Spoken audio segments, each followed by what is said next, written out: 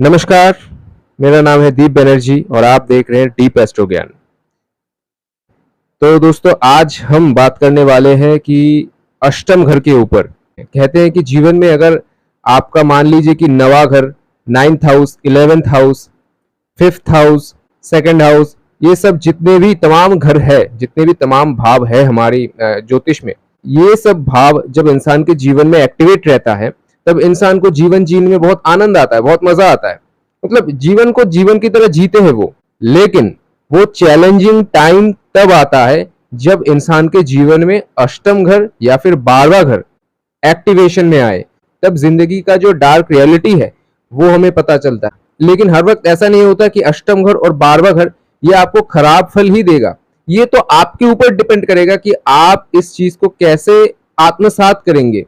देखिए, ज्योतिष में कोई भी घर खराब नहीं होता, कोई भी ग्रह खराब नहीं होता, कोई भी, मैंने पहले वीडियो में भी कहा है कि कोई भी योग खराब नहीं होता और कोई भी योग अच्छा भी नहीं होता। इसीलिए आप अपने जीवन में उस ग्रह को कैसे लेंगे, उस घर को कैसे लेंगे, उस योग को आप कैसे लेंगे, वो आपके ऊपर डिपेंड करेगा। और अष्टम घर के लिए जो दो मुख्य प्लैनेट बताए गए हैं वो है, पहला तो है केतु और दूसरा जो ग्रह है वो है शनि। अब इन दोनों ग्रह की कैरेक्टरिस्टिक्स को ही देखकर आप समझ सकते हैं कि अष्टम घर किन सब चीजों के बारे में होगा। इसीलिए अष्टम घर जो है वो डेथ को दिखाता है। अब डेथ का मतलब आप समझते हैं कि डायरेक्ट डेथ, मतलब आप उस तरह के डेथ को समझते हैं, लेकिन ज्योतिष शास्त्र में 8 प्रकार के मृत्यु बताए गए हैं।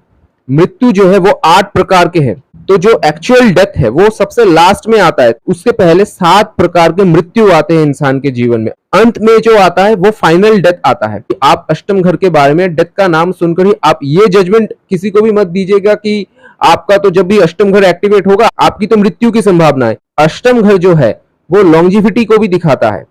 अष्टम घर जो है वो आपके लॉन्जिविटी को भी दिखाता है। अष्टम घर जो है वो हमारे जीवन में जो सडन अनएक्सपेक्टेड जो इवेंट्स हमारे जीवन में हो जाते हैं उसको दिखाता है। अष्टम घर होता है सारे मिस्ट्रीज का। अष्टम घर भी वेल्थ का होता है। कौन सा वेल्थ? जो वेल्थ आपने कमाया नहीं है। अब मान लीजिए कि वैसा वेल्थ क्या हो सकता है? इनहेरिटेंस प्रॉपर्टी हो सकती है। अष्टम घर जो है वो आपके सप्तम भाव का दूसरा भाव है, इसीलिए आपके पार्टनर की जो वेल्थ है वो भी अष्टम घर से ही देखा जाता है। या फिर अष्टम घर जो है वो गैम्बलिंग, लॉटरी, स्टॉक मार्केट, इन सब चीजों से भी देखा जाता है। मतलब ऐसा धन जो जिसको पाने के लिए आपने मेहनत नहीं किया है, जिसको पाने के लिए आपने मेहनत नहीं किया, उस धन को भी दिखाता है। बहुत ज्यादा जो धनराशि है वो अष्टम घर से रिलेटेड ही आती है। आपके जीवन में आपका जो डीप इंट्रिंसिक फियर है, जो आपका डीप इंट्रिंसिक फियर है वो भी अष्टम घर से ही आता है। आपका जो सीवियर डिप्रेशन है वो भी अष्टम घर से आता है। जो एंजाइटी, ट्रॉमा, पैनिक अटैक्स आते हैं कुछ लोगों को, वो भी अष्टम घर से ही आते हैं। किसी भी चीजों में आपका जो डिससैटिस्फैक्शन है वो भी अष्टम घर से आता है। ऑकल्ट का जो मेन सोर्स होता है वो अष्टम घर से ही आता है। तंत्र मंत्र की विद्या अष्टम घर से आता है। ज्योतिष अष्टम घर से ही आता है। एस्ट्रोलॉजी अष्टम घर से ही आता है। किसी भी तरह का रिसर्च, पीएचडी लेवल का एजुकेशन, वो भी अष्टम घर से आता है। कभी कभी ऐसा होता है ना, कुछ इंसान को आपने देखा है कि जिनके अंदर एक साइकिक एबिलिटीज होती है, तो वो भी अष्टम घर से ही आता है। अष्टम घर जो होता है वो जो मेन चीज है वो है आपके जीवन का ट्रांसफॉर्मेशन, आपके जीवन का परिवर्तन, वो अष्टम घर से ही आता है। अब देखिए, कुछ भी चीज अगर परिवर्तन होगा तो सबसे पहली बात, अष्टम घर का जो मेन फोकस है वो है आपके जीवन में परिवर्तन लाना। तो जब आपके जीवन में परिवर्तन आएगा, अब मान लीजिए कि कोई एक रोग आपके शरीर में है, उसको निकालने के लिए, उसको क्योर करने के लिए आपको सर्जरी से गुजरना पड़ेगा। तो सर्जरी करवाना तो आपके लिए आवश्यक है। अगर आप सर्जरी नहीं करवाएंगे तो वो रोग आपके शरीर में रह जाएगा और अंदर से आपके शरीर को खाने लगेगा। तो अष्टम घर वो है ना, अष्टम घर वैसे सर्जरी का भी आता है। अष्टम घर वो है ना जो आपके जीवन में सर्जरी करके, उस रोग को आपके अंदर से बाहर खींच के लाता है। जो लोग साधनात्मक मार्ग से जुड़े हुए उनको पता है कि कुंडलिनी शक्ति क्या है, मूलाधार चक्र क्या है, जिसको रूट चक्र कहा जाता है, वो अष्टम घर से रिलेटेड है। आपकी किसी भी तरह की साधना है, किसी भी तरीके की तंत्र मंत्र की साधना है, ध्यान जो है वो 12वें घर से रिलेटेड है, लेकिन तंत्र मंत्र की साधनाएं, ये जो साधनाएं हैं ये अष्टम घर से ही आता है। अष्टम घर क्या दिखाता है कि लूजिंग द लव्ड वंस, यानी कि आप इस जीवन में जिनको भी सबसे ज्यादा प्यार करते हैं, जिनको भी सबसे ज्यादा स्नेह करते हैं, उनका आपके जीवन से बिछड़ जाना, वो भी अष्टम घर दिखाता है। क्योंकि देखिए अष्टम घर आपको सत्य का ज्ञान करवाता है। अष्टम घर जो है वो आपको माया से बाहर लाता है। अष्टम घर का मकसद ही है कि आपको माया की दुनिया से बाहर लाने का।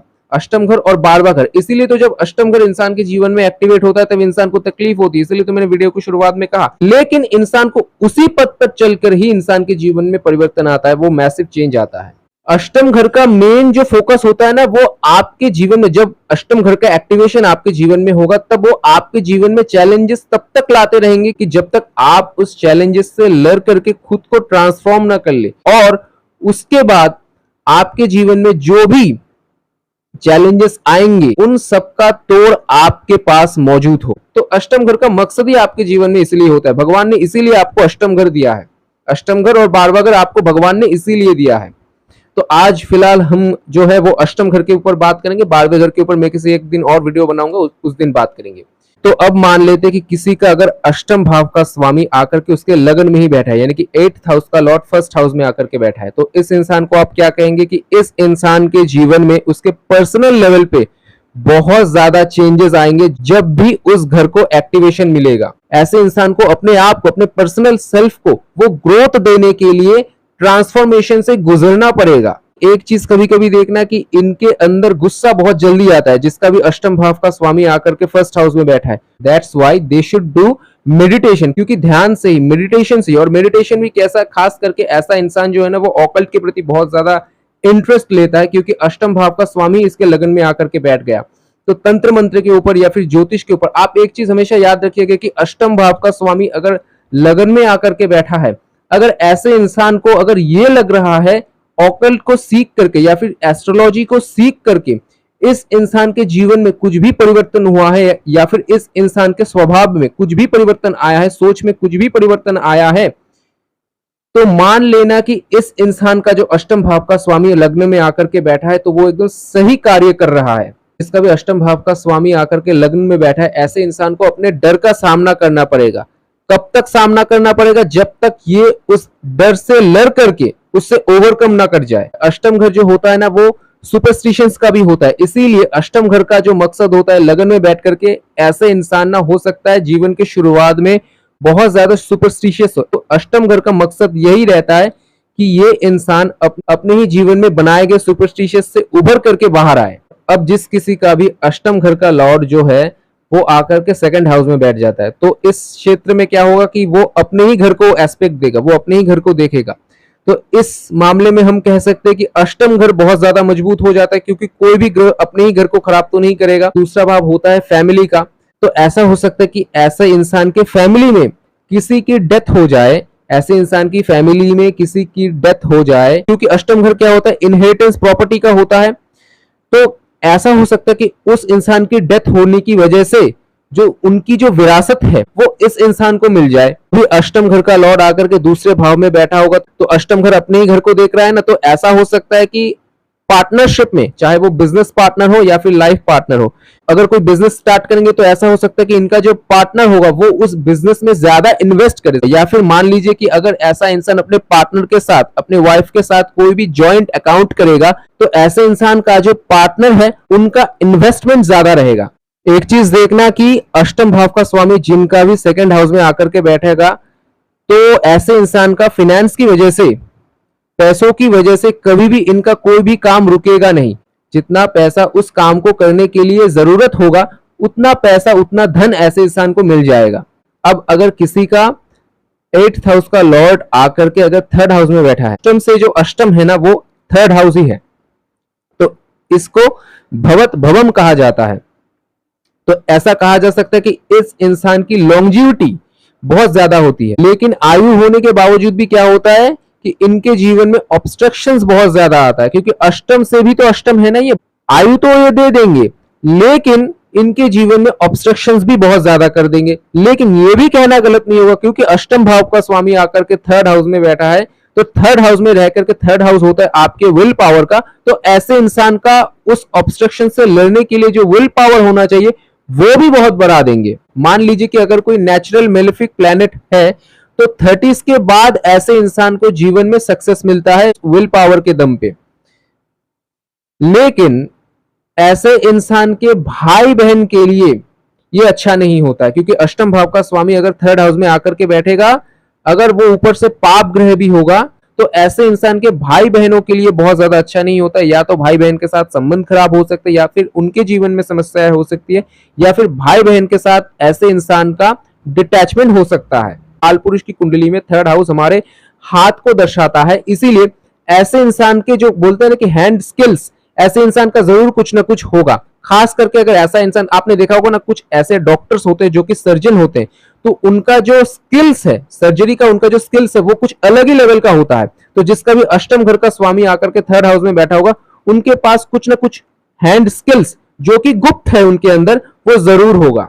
अब जिसका अष्टम भाव का स्वामी 8th हाउस का लॉर्ड आकर के 4th हाउस में बैठा है, तो लोग जनरली कहते हैं कि ऐसे लोगों को जो है घर का सुख नहीं मिलता है। अब ये कहने का जो तात्पर्य है इसको समझिए, क्योंकि अष्टम घर जो है ना वो परिवर्तन का घर है। तो आप ये मान करके चल सकते हैं कि ऐसा इंसान अपने घर को, अपने रेसिडेंस को चेंज करता रहता है। लेकिन इसी का एक पॉजिटिव साइन ये भी देखिए कि ऐसे इंसान का 2-3 घर भी हो सकता है।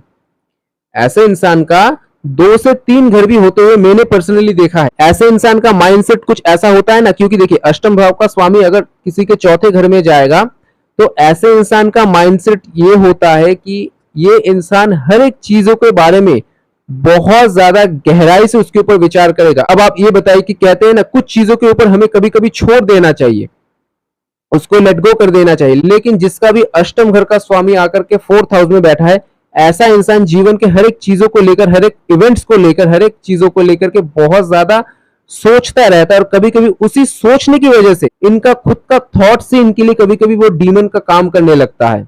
ऐसा देखा जाता है कि जिनका भी अष्टम घर का लॉर्ड आकर के 4th हाउस में बैठा होगा, तो 4th हाउस होता है आपके घर का, तो ऐसा देखा जाता है कि इनके प्रॉपर्टी में, इनके एरिया में, इनके घर में कोई ना कोई तंत्र के देवी देवता की स्थापना होती है। क्योंकि अष्टम घर जो होता है वो तंत्र का होता है, तो कोई ना कोई तंत्र के देवी देवता की स्थापना इनके घर में होती है। या फिर ऐसे इंसान का इच्छा रहता है कि वो अपने घर में किसी ना किसी तंत्र के देवी देवता की स्थापना करे। तो अष्टम घर क्या होता है कि सीक्रेसी का होता है। तो जिसका भी अष्टम भाव का लॉर्ड आकर के 4th हाउस में बैठेगा, ऐसा इंसान अपने घर के बारे में बहुत ज्यादा सीक्रेटिव हो जाता है, और जो कि मैं मानता हूं कि होना ही चाहिए। ऐसा इंसान कभी भी अपने घर के बारे में कभी भी किसी को कुछ भी बताना, वो कहते हैं ना कि घर की बातें बाहर नहीं जानी चाहिए, तो इन लोगों के लिए वो बिल्कुल सही बैठता है कि ऐसा इंसान बिल्कुल भी पसंद नहीं करता कि इनके घर के बारे में कोई जाने, कोई इनके घर के बारे में बहुत ज्यादा गॉसिप करे। और क्या देखा जाता है, क्योंकि 4th हाउस जो होता है वो मदर का होता है, इसीलिए किसी भी स्ट्रेसफुल सिचुएशन में जब भी ये आएंगे, ऐसा इंसान जब भी किसी भी स्ट्रेसफुल सिचुएशन में आएंगे, तो ये कहीं ना कहीं उनके मदर को भी इफेक्ट करेगा। अब देख लीजिए कि जिसका भी 8th हाउस का लॉर्ड आकर के 5th हाउस में बैठा है, तो आप इनको क्या कहेंगे? तो आप इनको ये कहेंगे कि ऐसे इंसान के अंदर बहुत ज्यादा हिडन ज्ञान है, बहुत ज्यादा हिडन ज्ञान है, या फिर हिडन टैलेंट है, जो कि ये इंसान पिछले जीवन से कैरी करके इस जीवन में आया है। हायर एजुकेशन के लिए कभी कभी ये बाधाएं उत्पन्न करता है अगर अष्टम घर का लॉर्ड आकर के 5th हाउस में बैठे। लेकिन अगर ये इंसान किसी भी रिसर्च फील्ड में जाएगा, अगर ये इंसान किसी भी रिसर्च फील्ड में जाएगा, तो फिर ये कॉम्बिनेशन बहुत ही अच्छा लाभदायक साबित होते हुए देखा जाता है। ऐसा इंसान जीवन भर किसी ना किसी सब्जेक्ट के ऊपर बहुत ज्यादा डीप स्टडी करता हुआ देखा जाता है। ऐसे इंसान के माइंडसेट को ना अगर आप थोड़ा सा ध्यान से ऑब्जर्व करेंगे अगर ऐसे इंसान को, तो ऐसे इंसान में आप ये पाएंगे कि ऐसा इंसान थोड़ा सा डिटेक्टिव माइंडसेट का होता है। और क्योंकि पंचम घर जो है वो प्रेम जीवन का है और अष्टम घर जो है वो परिवर्तन है, तो हम ये कह सकते हैं कि इस इंसान के जीवन से जब इसका जो प्रेम है, इस इंसान के जीवन में जब इसका जो प्रेम है, जब वो उस इंसान को पाएगा नहीं, या फिर वो इंसान इस इंसान के जीवन से चला जाएगा, तब इस इंसान के जीवन में मैसिव चेंजेस आएंगे, मैसिव ट्रांसफॉर्मेशन होगा। और एक बात, अगर अष्टम घर का लॉर्ड आकर के 5th हाउस में बैठा है, तो ऐसे इंसान को अपने पेट का ख्याल जरूर रखना चाहिए, क्योंकि पेट की समस्या ये कभी कभी दे सकता है। अब जिसका भी अष्टम घर का लॉर्ड आकर के 6th हाउस में बैठा है, तो आप इसको क्या कहेंगे? इसको कहा जाता है कि विपरीत राजयोग कहा जाता है। जिसका भी अष्टम घर का लॉर्ड आकर के 6th हाउस में बैठा है, अगर ऊपर से वो कोई पाप ग्रह है, तो कहा जाता है कि इस इंसान के पास अभूतपूर्व धन आता है जीवन में, और ये इंसान अपने शत्रुओं के ऊपर विजय पाता है। और मैं आपको एक सजेशन जरूर देना चाहूंगा कि अगर जिस किसी का भी अष्टम घर का लॉर्ड आकर के 6th हाउस में बैठा है, तो अष्टम घर होता है मृत्यु का, तो वो मृत्यु का स्वामी आकर के 6th हाउस में बैठा है। 6th हाउस होता है शत्रुओं का, तो मैं वो बात कहना नहीं चाहता हूं, तो वो अपने ही उस चीज को बुलावा देते हैं। तो ऐसे इंसान के पीछे कभी नहीं लगना चाहिए जिसका भी अष्टम घर का लॉर्ड आकर के 6th हाउस में बैठा है। और एक बात क्या कहा जा सकता है, देखिए अष्टम घर का अगर लॉर्ड आकर के 6th हाउस में बैठा है, तो आप ऐसे इंसान को ये कहेंगे कि इस इंसान के जीवन में रोग आएंगे, इस इंसान के जीवन में रोग आएंगे। लेकिन ऐसे इंसान को जीवन में जैसे ही रोग आएंगे, ऐसे इंसान के जीवन में जैसे ही रोग आएंगे, इमरजेंसी के रूप में ऐसे इंसान को बेस्ट डॉक्टर से ट्रीटमेंट मिल जाएगा, जो कि दूसरे लोगों को शायद अवेलेबल भी ना हो। ऐसा डॉक्टर ऐसे इंसान की ट्रीटमेंट करेगा। अब कभी कभी ऐसा देखना कि ऐसे इंसान को अपने इनहेरिटेंस प्रॉपर्टी से कभी कभी ऐसा लगता है कि इस इंसान को शायद अपनी जो पैतृक संपत्ति है वो शायद नहीं मिलेगी। जब ऐसे इंसान को लगेगा कि हाँ, अब सब कुछ होप खत्म हो चुका है कि अब शायद मुझे अपनी इनहेरिटेंस प्रॉपर्टी नहीं मिलेगी, जिस दिन ये लग जाएगा अंदर से कि ये अब तो सब कुछ होप खत्म हो चुका है, उसी दिन ऐसे इंसान को वो प्रॉपर्टी मिल जाएगी, वो इनहेरिटेंस प्रॉपर्टी मिल जाएगी। ऐसे इंसानों के लिए पुलिस का काम, फायर फाइटर्स का काम, या फिर डिफेंस में काम, ऐसे इंसानों के लिए बहुत ज्यादा अच्छा रहता है। ऐसे इंसान को कभी कभी आप ये सजेशन भी दे सकते हैं कि ऐसे इंसान के जीवन में जितना खराब सिचुएशन आएगा, जितना खराब सिचुएशन होगा, उससे ओवरकम करने के बाद उतना ही ज्यादा बेनिफिट ऐसे इंसान को मिलेगा। और एक बात मैं इन लोगों को कह देना चाहूंगा कि अगर आप लोगों को कोई भी इंसान अगर ऐसा दिखे कि कोई इंसान अगर बहुत ज्यादा परेशानी में है, अगर वो डिप्रेशन में है, अगर वो किसी भी तरह की परेशानी में है, तो आप कोशिश कीजिए कि सेवा भावना से आप उस इंसान के पास जाकर के उस इंसान की काउंसलिंग कीजिए। जिसका 8th हाउस का लॉर्ड आकर के 7th हाउस में बैठा है, आप लोग इसको क्या मानते हैं कि 8th हाउस का लॉर्ड आकर के 7th हाउस में बैठा तो इसका मतलब ये खराब है? देखिए, तुरंत कोई भी जजमेंट मत दीजिए। जो 8th हाउस का लॉर्ड है वो 7th हाउस में आकर के बैठा है, तो आप ये देख लीजिए कि क्या उसके साथ 3rd हाउस का, 6th हाउस का या फिर 12th हाउस का कोई भी संबंध हुआ है, तो फिर आप ये कह सकते हैं कि हाँ, हो सकता है कि ऐसे इंसान को अपने शादीशुदा जिंदगी में थोड़ा बहुत प्रॉब्लम ऐसे इंसान को देखना पड़ सकता है। लेकिन अगर ऐसा नहीं है तो बहुत ज्यादा डरने की भी जरूरत नहीं है, बल्कि इस कॉम्बिनेशन के पॉजिटिव साइड को आप ये कह सकते हैं कि जैसे ही ऐसे इंसान के जीवन में इसका पार्टनर आएगा, वैसे ही इसके जीवन में जो इसका इनहेरिटेंस प्रॉपर्टी है, जो कि शायद इसको पहले मिलने में अगर दिक्कत हो रही थी, लेकिन पार्टनर के आने की वजह से ऐसे इंसान को अपनी इनहेरिटेंस प्रॉपर्टी मिल जाएगी, या फिर अपने पार्टनर का प्रॉपर्टी भी ऐसे इंसान को मिल सकता है। और देखना, जिसका भी 8th हाउस का लॉर्ड आकर के 7th हाउस में बैठा है, ठीक शादी के बाद ही ऐसे इंसान के जीवन में ट्रांसफॉर्मेशन आता है। ऐसा मैंने पर्सनली देखा है कि एक का जो है वो कि अष्टम घर का जो लॉर्ड है वो आकर के 7th हाउस में बैठा है, तो हस्बैंड वाइफ दोनों एस्ट्रोलॉजिकल पाथ को फॉलो कर रहे हैं, तो हस्बैंड वाइफ दोनों में ही कुछ ना कुछ ऑकल्ट का ज्ञान हो सकता है, या फिर बहुत ज्यादा भी हो सकता है। और ये भी कहना गलत नहीं होगा कि जैसे ही ऐसे इंसान का पार्टनर इस इंसान के जीवन में आएगा, वैसे ही ऐसे इंसान को कुछ ना कुछ ऑकल्ट का ज्ञान मिल जाएगा। और देखना कि ऐसे इंसान का पार्टनर बहुत ज्यादा गहरे सोच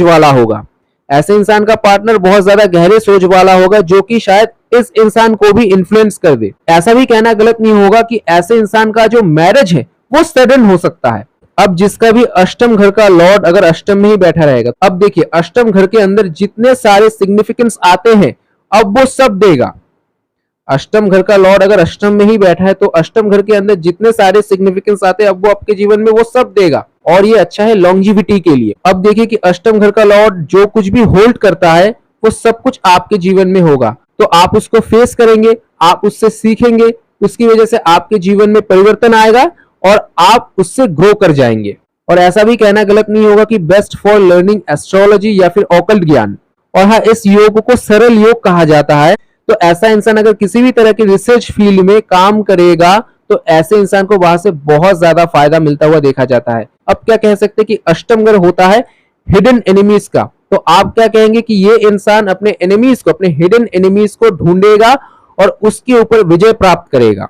अब जिसका अष्टम घर का लॉर्ड जाकर के 9th हाउस में बैठा है, आप ऐसे इंसान को क्या कहेंगे कि मटेरियलिस्टिक पर्सपेक्टिव से आप ऐसे इंसान को कहेंगे कि इस इंसान का भाग्योदय जो है वो विदेश जाने के बाद खुलेगा या फिर घर से दूर जाने के बाद खुलेगा। लेकिन आध्यात्मिक रूप से आप ऐसे इंसान को क्या सजेशन दे सकते कि ऐसा इंसान जब अपने जीवन में ऑकल्ट की प्रैक्टिसेस करेगा, जब ऐसा इंसान अपने जीवन में ऑकल्ट की प्रैक्टिसेस करेगा या फिर किसी भी तरह की रिसर्च फील्ड में जाएगा, तब ऐसे इंसान के जीवन में उसका भाग्य उसका साथ देता रहेगा। ऐसा भी हो सकता है कि ऐसा इंसान कुछ गुप्त ज्ञान को जानने के लिए, कुछ हो सकता है ऑकल्ट के चीजों के ऊपर जानने के लिए या फिर कुछ ऐसा कुछ विशेष ज्ञान के ऊपर जानने के लिए ऐसा इंसान घर से दूर ट्रैवल करे और वहां पर इसका भाग्य भी इसका साथ दे। और ऐसे इंसान का स्वभाव जो है वो ऐसा होता भी है कि ऐसा इंसान हर वक्त कुछ ना कुछ नया सीखना चाहता है, कुछ ना कुछ नया लर्न करना चाहता है। आप ये भी कभी कभी देख पाएंगे कि ऐसे व्यक्ति का जो फादर होता है, ऐसे व्यक्ति का जो फादर होता है वो भी कई बार इन सब फील्ड से जुड़े हुए होते हैं, या तो ऑकल्ट से जुड़े हुए होंगे या फिर कुछ एक ऐसे रिसर्चर होंगे। मतलब अष्टम घर के अंदर जितनी सारी चीजें आती है वो कहीं ना कहीं इनके फादर को भी प्रभावित करती है। इनका जो भगवान को मानने का जो फिलोसॉफिकल जो एंगल होगा वो कुछ हद तक अलग हो सकता है। ऐसा नहीं कि इनका भाग्य का ग्राफ हर वक्त ऊपर जाता रहेगा, ऐसा नहीं है। इस इंसान का भाग्य का जो ग्राफ है ना वो कई बार ऊपर जाएगा, कई बार नीचे भी आएगा। जब नीचे ले जाएगा तब एकदम से नीचे ले जाएगा, जब ऊपर जाएगा तब एकदम से ऊपर जाएगा। तो आप ये कह सकते हैं ईश्वर इनसे ये देखना चाहते हैं कि ईश्वर के ऊपर ऐसे इंसान की कितनी आस्था है। अब जिसका 8th हाउस का लॉर्ड जाकर के 10th हाउस में बैठा होगा तो आप ये पाएंगे कि ऐसा इंसान जब अपने ही करियर में प्रोग्रेस करना शुरू करेगा तब ऐसे इंसान के जीवन में बहुत सारा परिवर्तन आएगा। ऐसा भी कभी कभी देखा जाता है कि ये इंसान हो सकता है कुछ एक और फील्ड से हो, कुछ एक और फील्ड से हो, लेकिन इसको काम कुछ दूसरा करना पड़े।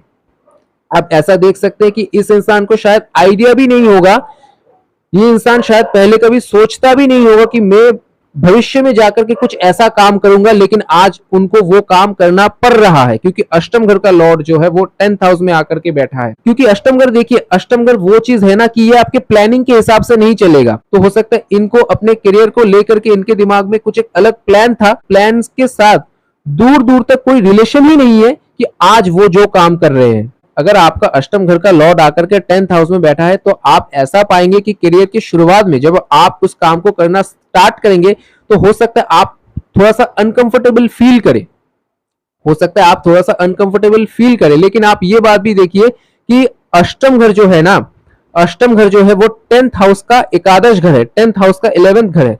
तो इसीलिए जब आप उस कार्य को करना शुरू करेंगे तो हो सकता है आपको कई सारे मुसीबतों का सामना करना पड़े या फिर बहुत सारे अनकंफर्टेबल सिचुएशन से गुजरना पड़े।